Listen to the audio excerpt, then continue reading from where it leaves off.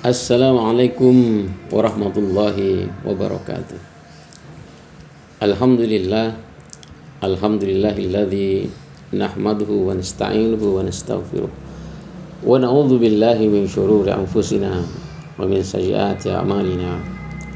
Allahumma shalli wa sallim wa barik ala sayyidina Muhammadin sallallahu alaihi wasallam wa ala alihi wa sahbihi wa man tabi'ahu bi ihsan ila yaumil qiyamah. Amma ba'du, qala Allah Ta'ala fi kitabil karim, a'udzu billahi minasyaitonir rajim, ya ayyuhalladzina amanu taqullaha haqqa tuqatih wa la tamutunna illa wa antum muslimun. Shadaqallahul azim.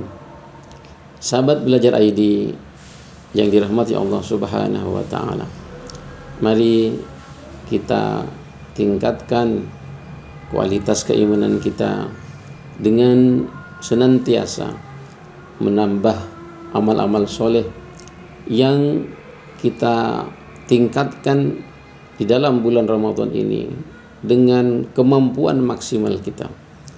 Karena Allah Subhanahu wa taala melalui Rasulnya telah menyatakan, ittaqullah mastata'tum, bertakwalah kalian semampu kalian. Artinya semampu kalian itu adalah kita misalnya mempunyai rentang 10, maka jangan sampai kemudian kesungguhan yang kita lakukan itu ada pada level yang terendah. Jadi kalau misalnya rentangnya adalah 10, maka tentu kita maksimalkan rentang tersebut semampu kita. Oleh karena itu Allah SWT melalui Rasulnya telah menyatakan mastata'tum, semampu kalian.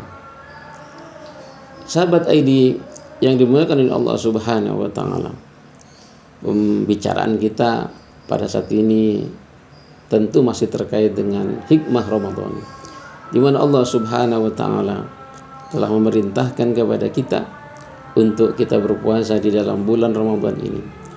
Kalau tembengikan terkait dengan perintah Allah Subhanahu wa taala yang terkait dengan puasa ini, di dalam surat Al-Baqarah 183 Allah Subhanahu wa taala menyatakan, ya ayyuhalladzina amanu, wahai orang-orang yang beriman, kutiba alaikumussyam kama kutiba alal ladzina min qablikum, telah diwajibkan bagi kalian melaksanakan puasa sebagaimana Allah Subhanahu wa taala telah memerintahkan puasa ini kepada orang-orang sebelum kalian.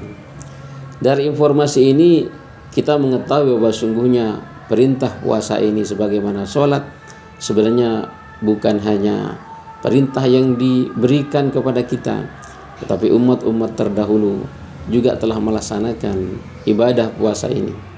Kalau kita misalnya mendapatkan keterangan dari Rasulullah SAW bahwa ada puasa Nabi Daud, di mana beliau sehari berpuasa kemudian sehari tidak berpuasa, ini artinya perintah puasa telah dilaksanakan oleh para nabi sebelum beliau. Demikian pula dengan sholat yang diperintahkan oleh Allah Subhanahu wa taala kepada nabi-nabi sebelumnya, hanya saja syariatnya berbeda.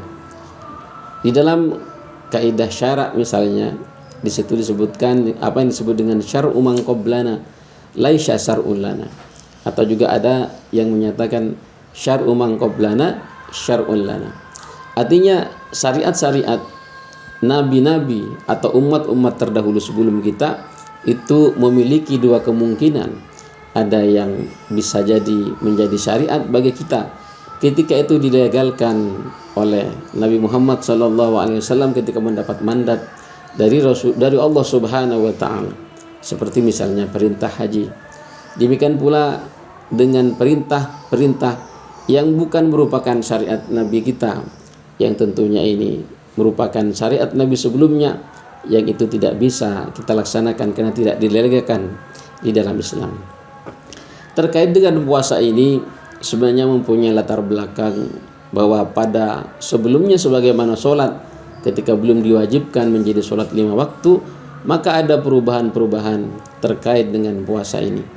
Yang pertama, puasa ini menurut Imam Ibnu Katsir di dalam tafsirnya menyatakan pada awalnya adalah hanya 3 hari saja di dalam sebulan.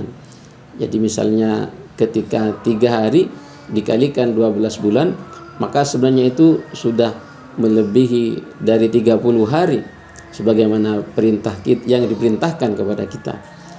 Jadi ketika diperintahkan saat itu puasa itu hanya dilaksanakan 3 kali di dalam sebulan, tetapi di situ ada pilihan bahwa bagi orang-orang musafir atau bagi orang-orang yang sakit itu diberikan keringanan untuk membayar fidyah.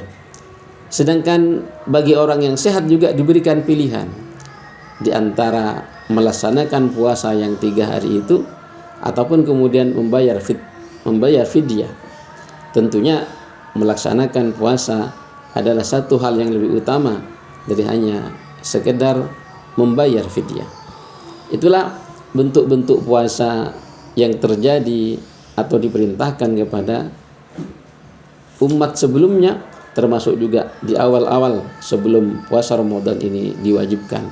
Jadi yang pertama adalah bahwa puasanya tidak seperti kita, yaitu langsung sebulan, tetapi dicicil jadi 3 kali di dalam sebulan.